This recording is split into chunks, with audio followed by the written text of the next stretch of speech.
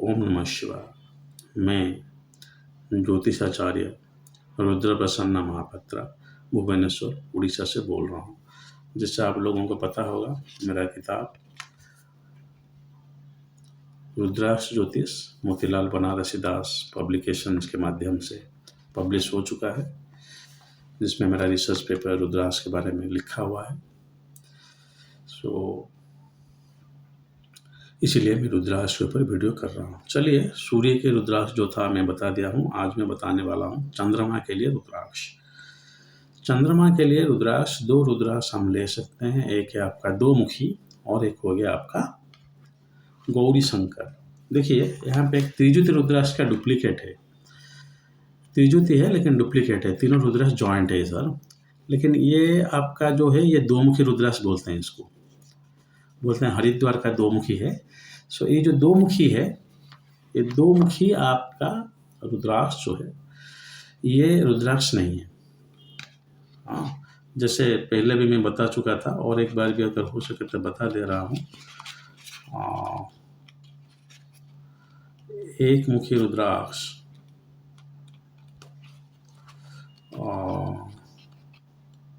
देखिए, ये भी एक मुखी रुद्राक्ष नहीं है, ये डुप्लीकेट है। डुप्लीकेट मतलब रुद्राक्ष ही नहीं है, ये किसी और पेड़ का फल है। सो वो वाला दो मुखी नहीं। जैसे दो मुखी मैं इधर पहना हूँ, शायद एक दो मुखी था, एक दिख रही है इधर है।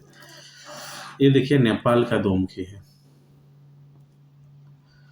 इधर एक मुखी है, इधर एक मुखी है।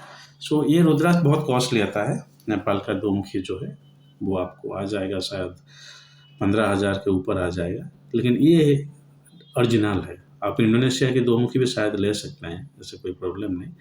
लेकिन नेपाल इसका दो मुखी चंद्रमा के लिए है। और एक रुद्राक्ष जो है चंद्रमा के लिए, वो है गौरी शंकर। देखिए, ठीक है।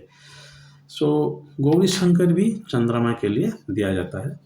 जैसे मैं पहले बता चुका हूँ, ग्रहों के साथ कौन सा रुद्राक्ष आपको देना है, ज्योतिष शास्त्र में नहीं लिखा गया है। शिव पुराण में लिखा गया है, रुद्राक्ष जपल उपनिषद में लिखा गया है। जो भी मैं किताब में लिखा हूँ, कहाँ पे लिखा हुआ है, कहाँ पे आपको साइटेशन मिल जाएगा रुद्राक्ष के बारे में। तो इसीलिए हमको देखना पड़ेगा कि कौन सा उसका रूलिंग डिटी है। जैसे देखेंगे तो शिव तो रुद्राक्ष की इष्ट हैं, तो रुद्राक्ष शिव जो है सब रुद्राक्ष की इष्ट है। तो सब रुद्राक्ष चंद्रमा के लिए है, वो कुछ हद तक सही भी है। कोई भी रुद्राक्ष धारण करेगा तो उसका मन हमेशा, क्या बोलते हैं उसको, शांत रहेगा। लेकिन ऐसे नहीं देखा जाता, स्पेशलाइज भी होना पड़ेगा। इसलिए दो मुखी एक हो गया और एक है गौरी शंकर। जब आप दो मुखी गौरी शंकर देते हैं चंद्रमा के लिए, सो दो मुखी गौरी शंकर मिला के दीजिए, ऐसे कोई बात नहीं है। सर, दो मुखी गौरी शंकर मिला के दीजिए। यहाँ पे कन्फ्यूज़न है, दो मुखी ज़्यादा पावरफुल है या गौरी शंकर ज़्यादा पावरफुल है। क्योंकि गौरी शंकर का जो कॉस्ट है वो शायद दो मुखी से कम आएगा आपको। एक गौरी शंकर, एक नॉर्मल गौरी शंकर आपका अच्छा एक्स्ट्रा रिपोर्ट होकर आ गया तो 10,000 पकड़ के चलिए। उससे कम भी मिल सकता है बहुत, उससे ज़्यादा भी हो सकता है। लेकिन दो मुखी नेपाल का ओरिजिनल अगर हो तो वो शायद आपको 15,000 के ऊपर आ सकता है। सो यहाँ पे कौन सा पावरफुल है वो मैं आपको नहीं बता सकता, क्योंकि मुझे भी उसका इतना क्लैरिटी नहीं है। क्योंकि आप अगर एक 15 मुखी गौरी शंकर पहन रहे हैं तो उसका भी पावर बहुत हो गया। एक आप गौरी शंकर 10 मुखी पहन रहे हैं तो वो तो फिर विष्णु जी का हो गया, फिर गौरी शंकर भी हो गया। लेकिन दो मुखी मिलता कम है, इसलिए उसका कॉस्ट ज़्यादा है। तो यहाँ पे आप ऐसे मत सोचिएगा कि दो मुखी ज़्यादा पावरफुल है या गौरी शंकर। आप मिला के पहनिए, एक गौरी शंकर लीजिए, एक दो मुखी भी लीजिए, उसको मिला के पहन सकते हैं। इसलिए मैं नहीं बोलूँगा कि आप एक ही पहनिए। हाँ, गौरी शंकर का जो है, आप देखिए, गौरी शंकर में हम मुख नहीं देखते कि इसका कितना मुख आ गया। ये 10 मुखी गौरी शंकर है, 8 मुखी गौरी शंकर है, 9 मुखी गौरी शंकर है, नहीं देखते। लेकिन देखना चाहिए, ये मैं अपने स्रोत से बता रहा हूँ।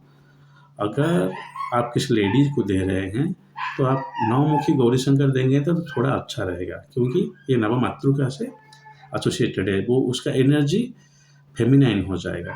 जहाँ के एक जेंट्स को आप दे रहे हैं तो 11 मुखी दीजिए। सो वो हनुमान जो है वो उसको male feminine Shiv masculine energy उसको ज़्यादा देगा।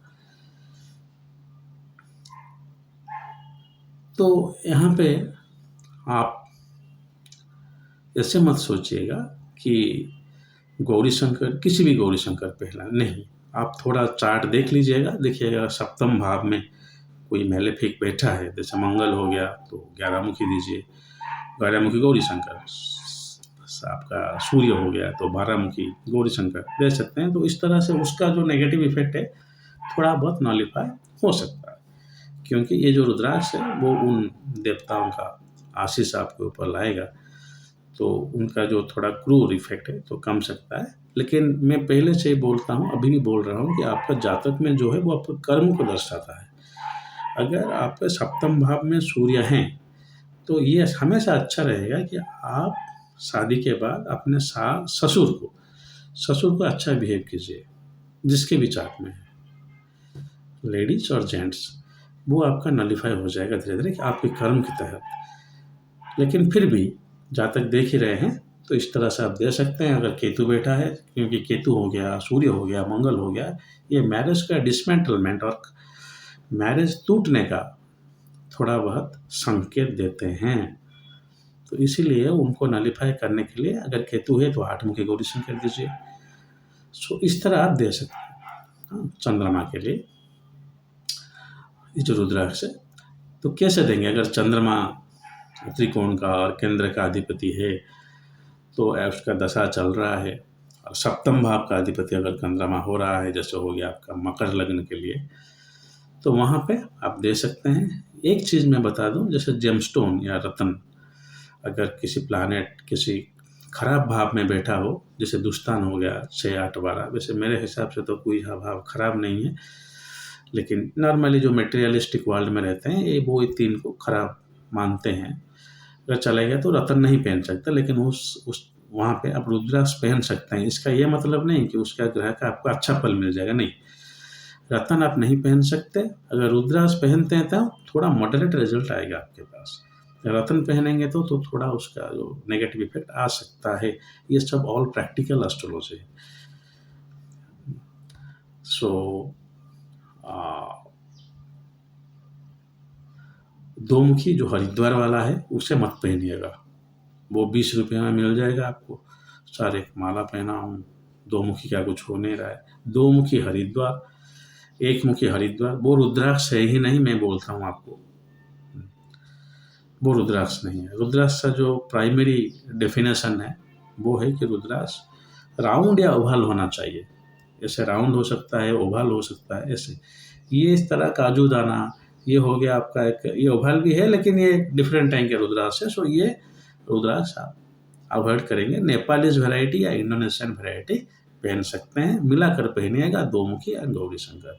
चलिए, चंद्रमा के लिए रुद्राक्ष आपको पता चल गया कि कौन सा है। वैसे सब रुद्राक्ष तो कुछ कुछ हद तक चंद्रमा के लिए हैं, लेकिन पर्टिकुलरली 2 मुखी एंड गौरी शंकर। फाइनली जो मैं हमेशा बोलता हूँ, मेरे वीडियो सुनने के बाद आप खुद अपने आप डिसीजन मत लीजिएगा। सर ने बोला है तो हमें में से पहन लेंगे, इसका मैं घोर विरोध करता हूँ। अगर मेरा पहले तो ये बता दूं कि जो किताब में लिखा हूँ इसके लिए मैं 1 रुपया नहीं ले रहा हूँ, इसलिए जो वीडियो में बना रहा हूँ मार्केटिंग के लिए नहीं है, आपका इन्फॉर्मेशन के लिए है। लेकिन अगर आप चाहते हैं रुद्राक्ष पहनने के लिए तो मुझे कंसल्ट कर सकते हैं बाकायदा, उससे कोई इशू नहीं है। क्योंकि अच्छा है कि आप जातक दिखा के आपको जो रुद्राक्ष चाहते हैं अच्छे वाला रुद्राक्ष लें, ना कि आप अपने आप ज्योतिष बन जाए। अगर आप नहीं चाहते हैं तो कोई गल नहीं, आप आराम से मेरा जो इन्फॉर्मेशन है सुन सकते हैं। सो आज के लिए इतना ही। वीडियो अगर अच्छा लगा तो शेयर कीजिएगा। महादेव ने चाहा तो और एक वीडियो के साथ बहुत जल्द आपके सामने उपस्थित होंगे। आज के लिए आज्ञा दीजिए। ओम नमः शिवाय।